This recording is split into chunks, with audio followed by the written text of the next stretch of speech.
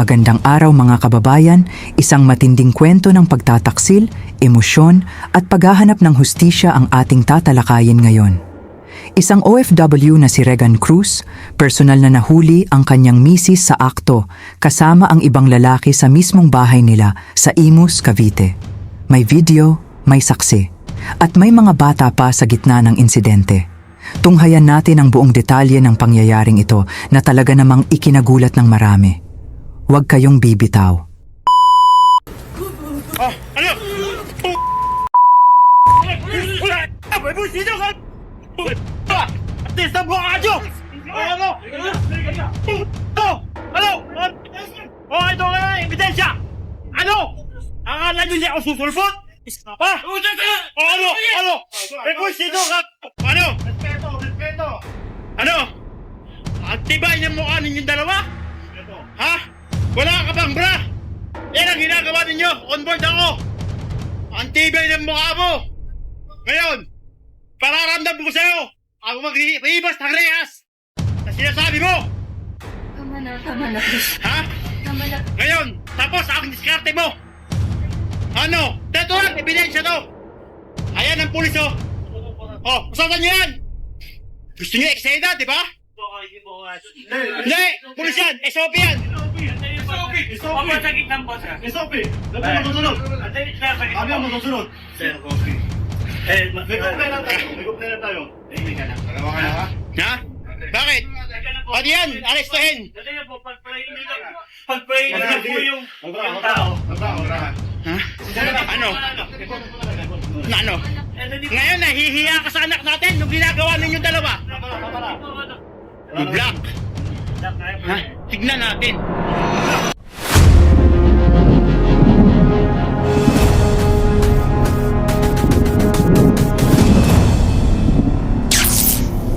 Si Regan Cruz, isang marino at amang lumalaban sa dagat ng lungkot at pangungulila, isang bayani sa mga mata ng kanyang anak, ngunit ngayoy sugatang damdamin ang pasan-pasan.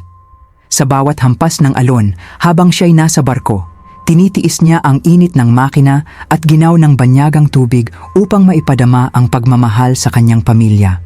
Isang pagmamahal na isinakripisyo ang sariling ginhawa kapalit ng kinabukasang pinangarap para sa asawa at mga anak. Ngunit ang tahanang dapat sanay pugad ng pagmamahalan ay naging silid ng pagtataksil. Ang bahay na kanyang itinayo mula sa pawis at luha ay naging entablado ng kabastusan at kasinungalingan. Noong gabi ng Enero 5, alas 11 ng gabi, sa tahimik na kalsada ng Barangay Alapan sa Imus, Cavite, ginimbal ang katahimikan ng isang pangyayaring tila'y hinugot sa mga teleserye ngunit mas masakit sapagkat totoo. Nahuli niya mismo ang kanyang kabiyak, ang babaeng pinangakuan niya ng walang hanggang pag-ibig na may kasamang ibang lalaki sa kanilang mismong tahanan. Sa tulong ng isang tapat na kasambahay na naging kanyang mata at tainga habang siya'y nasa laot, unti-unting nabuo ang bangungot.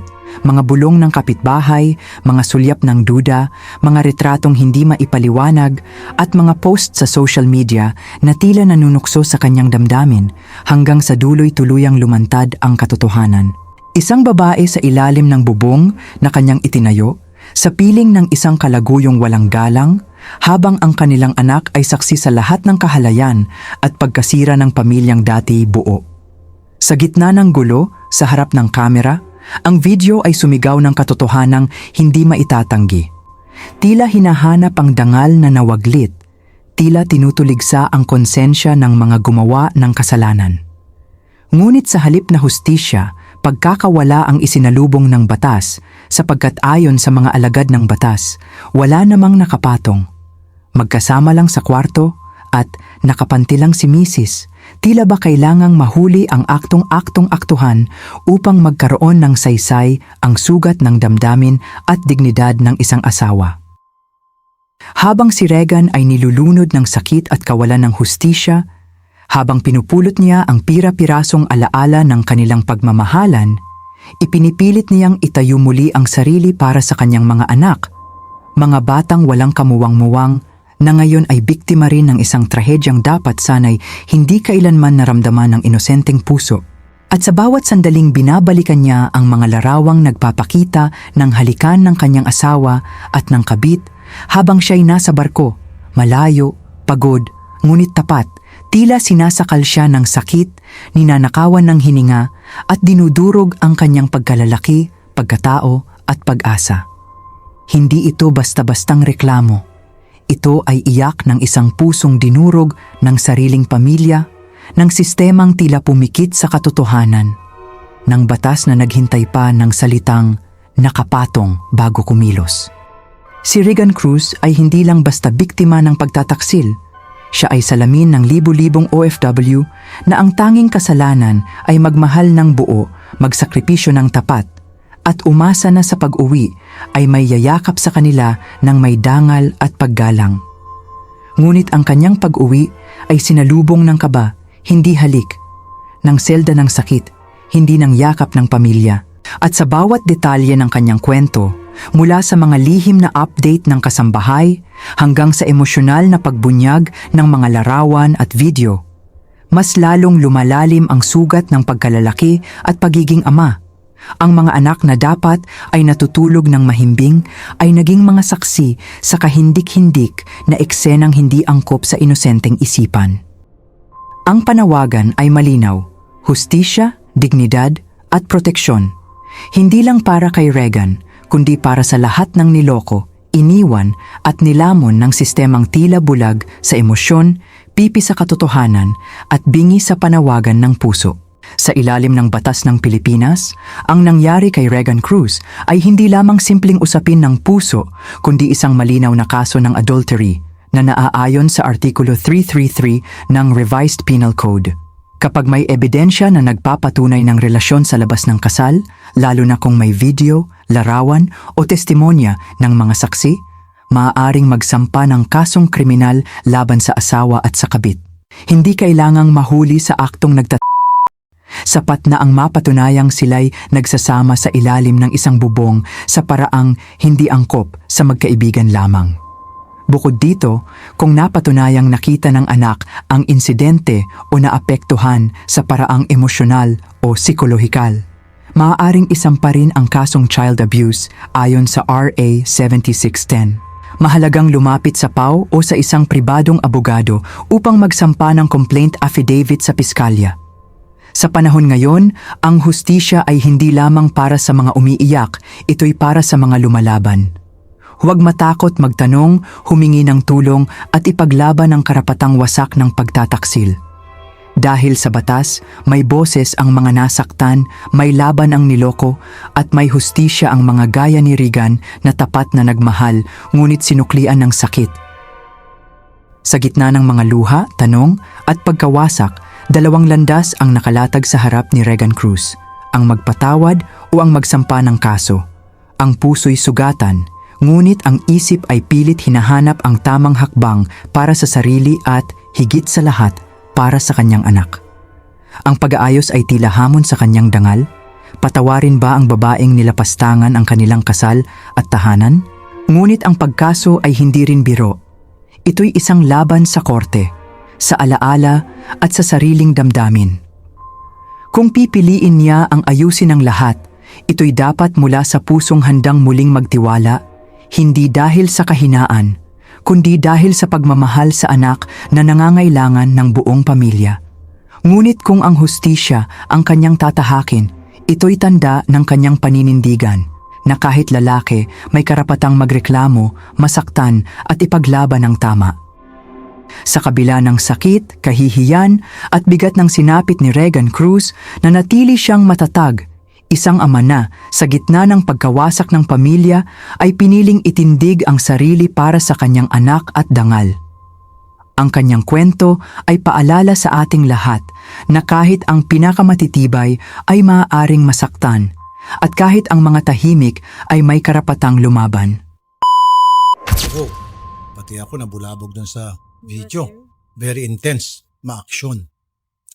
Nasa linyang telepono si Mr. Regan Cruz, isa po siyang seaman at siya po yung huli sa aktor sa kanyang misis at doon sa kalaguyo ni misis. Sir Regan, magandang hapon po, Sir Regan. Manang hapon, sir. Buti po sir na tiyempohan nyo at alam nyo na sa mga oras na yon nandun si Mrs. at yung kanyang kalaguyo. Bali sir, parang naiiyak kasi ako naalala ko. Bali, nangyari dyan sir, lahat na ng mga kaibigan ko, kapitbahay ko, nagsasabi sa akin. Okay. Tapos, dasal na lang ako, on board kasi ako Opo. nung nalalaman ko. Tapos, ang ginawa ko, sabi ko yung kasambahay ko na lang, sabi ko yun na lang ang tanging paraan ko na makita na malaman ko kung nasa bahay. Okay. Tapos, hindi ko ngayon, nung pagkapunta Buti sir na nakuha niyong kakampi yung kasambahay ninyo. Malaking bagay yon. So, Malaking tulong bagay yun. talaga. Okay. Malaking bagay talaga yun. Tapos ang nangyari, December, umulig na ako dito, December 9. Opo. Tapos sabi sa akin na mga December 24, may nandito daw sa bahay. Opo. Inisip ko, baka pakagat lang, baka malaman na nasa bahay ako, na nasa Pilipinas na po ako. Okay. Pero yung alote niya po, nakaset na po yun hanggang kung abutin ako ng January, may marireceive pa siya para mahuli ko talaga na hindi sila sa bahay. Ngayon, nung pagkahuli, nang sabi ng kasabay na hindi niya na daw kaya, nag-text ulit sa akin na nandito siya sa bahay. Pagka sabi ko, paano mo nasabi? Sabi, sir, pag nalalaman na dito ka, pumupunta na ng, aalis yan. Ang huling update nila, nasa Japan daw ako. So, hindi nila alam na parating po kayo. Ang pagkaalam nung dalawa, kayo po ay nasa barko pa rin. Opo. Hindi nyo pinaalam na ikaw ay papauwi. Hindi po pinaalam. Kasi, dahil lahat po, kasi on board ako, pinutok nila yung issue nila na may relasyon silang dalawa Okay. Tapos, parang pinapatay nila ako by social media. Yung pinupost nila laki yung halikan nila, anniversary nila.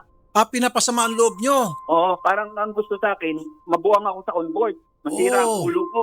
Kumbaga, Alam garapala niyo, na po ito para may stress ka hanggang sa ma-depress ka at meron ka magawa sa sarili mong hindi maganda. Totoo niyan, sir, nanginig ako nung nalaman ko yun. Hindi ako nagsasalita. Hindi ako naimik. Hindi ko alam kung ano tatrabahuin ko. Sabi, paano gagawin ko? Kapit na lang, sabi ko. Buti na lang may mga kaibigan talaga. Kadasal. Kasi hingi ako, sabi ko, kailangan ko kasi ang mga pinapost nila, picture ng una.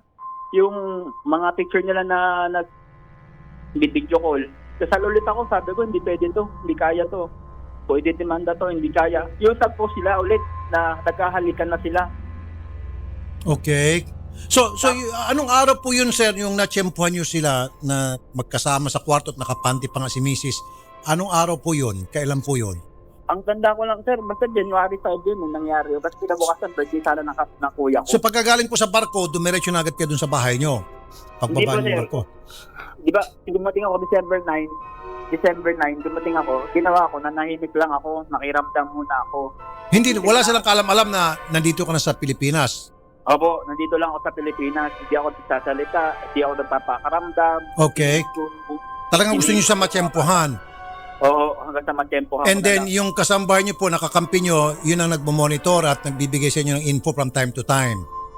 Opo, kasi yung Okay. kasambahay namin din, sir, natakot din kasi binomonitor din nung dalawang yan. Yung mga galaw.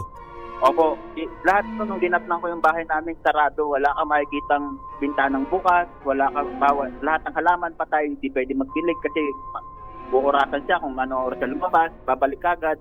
Okay. So, sir, nung dumating kayo at natsyempohan nyo yung dalawa, anong oras po yun at paano kayo nakapasok? Meron po kayong susi na dala? Unakyat ko po yung gate namin.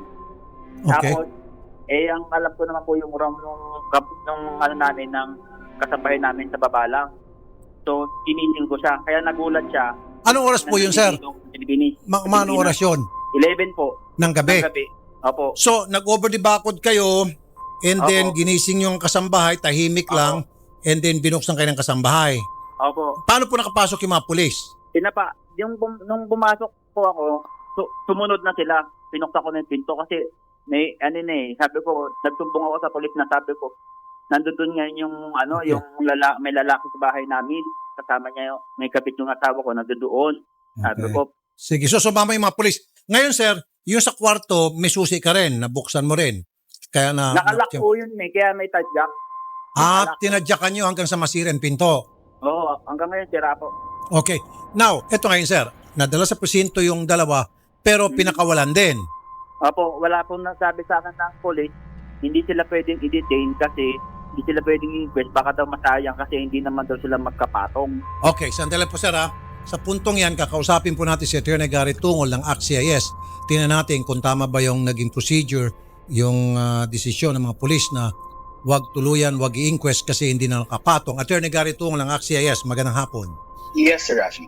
Okay, nakita mo yung video, pinadalan ka namin, yung video. Yes, sir. Tama ba yung ginawa ng pulis at pinakawalan kasi hindi naman daw nakitang nakapatong, magkasama lang sa kwarto at nakapanty si Mrs. Although nabulaga sila, nagulat pareho. Wala raw kaso yon, sabi ng mga pulis. Gusto kasi mangyari ng police, Sir Rafi, is that magkapatong talaga bago nila arestuhin. But our law is hindi na kailangan hintayin yung ganun, no? Hindi ganun kabastos ang ating batas, Sir Rafi. In fact, sa Rule 113, Section 5 ng ating criminal procedure, pwede mo nang arestuhin yung tao in the presence of a policeman kapag gagawa pa lang siya, kakagawa pa lang, or ginagawa niya mismo yung crime. Dito, obvious naman, Sir Rafi, is the crime of adultery is either gagawin pa lang nila or kakatapos lang nilang gawin.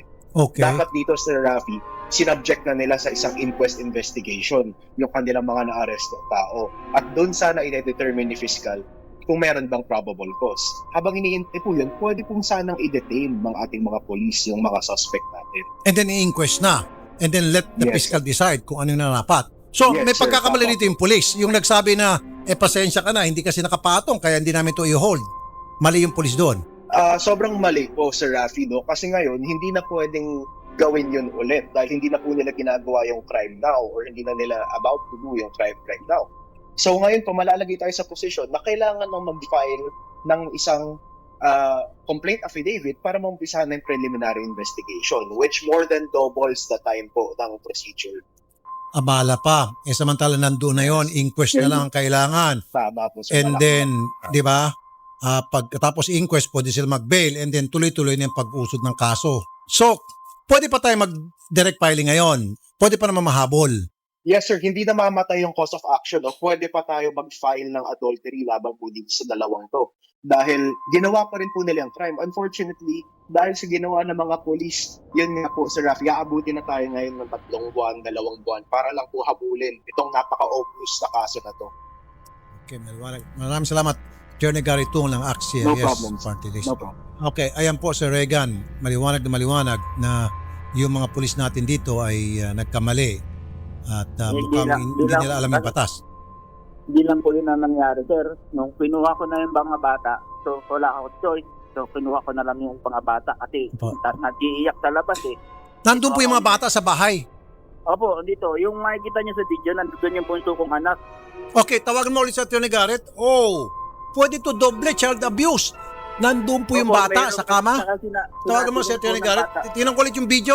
Guys, ulitin nga yung video ulit. Sinasabi rin po nung bata na ano, Sandali. Then tawagan mo ulit si Attorney Garrett. Dobleng kaso to. Saan yung bata dyan? Nandun sir, nandun po sa kama.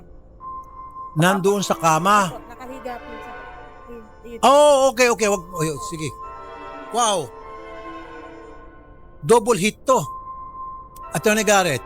Yes, sir. Yes, sir. Okay, bukod sa adultery, habang gumagawa ng kabalastugan yung dalawa, yung bata nandun sa kama, nakikita yung pinanggagawa nila.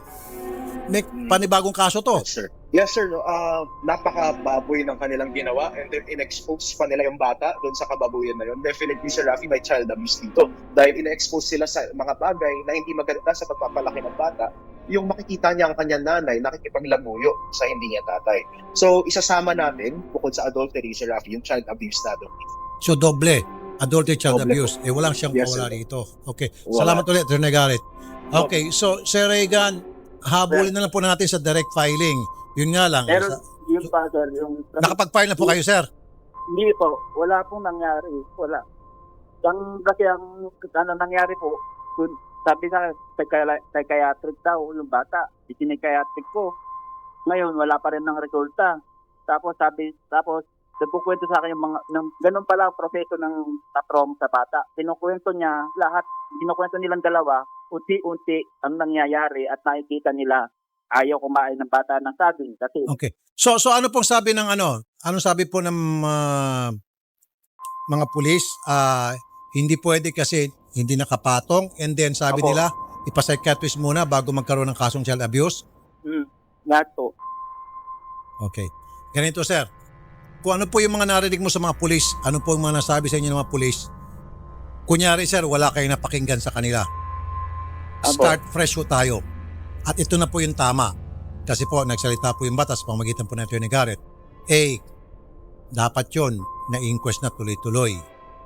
Para hindi natin mag-antay. Ngayon, mag-antay tayo ng 2-3 months bago lumabas ng resolution si fiscal.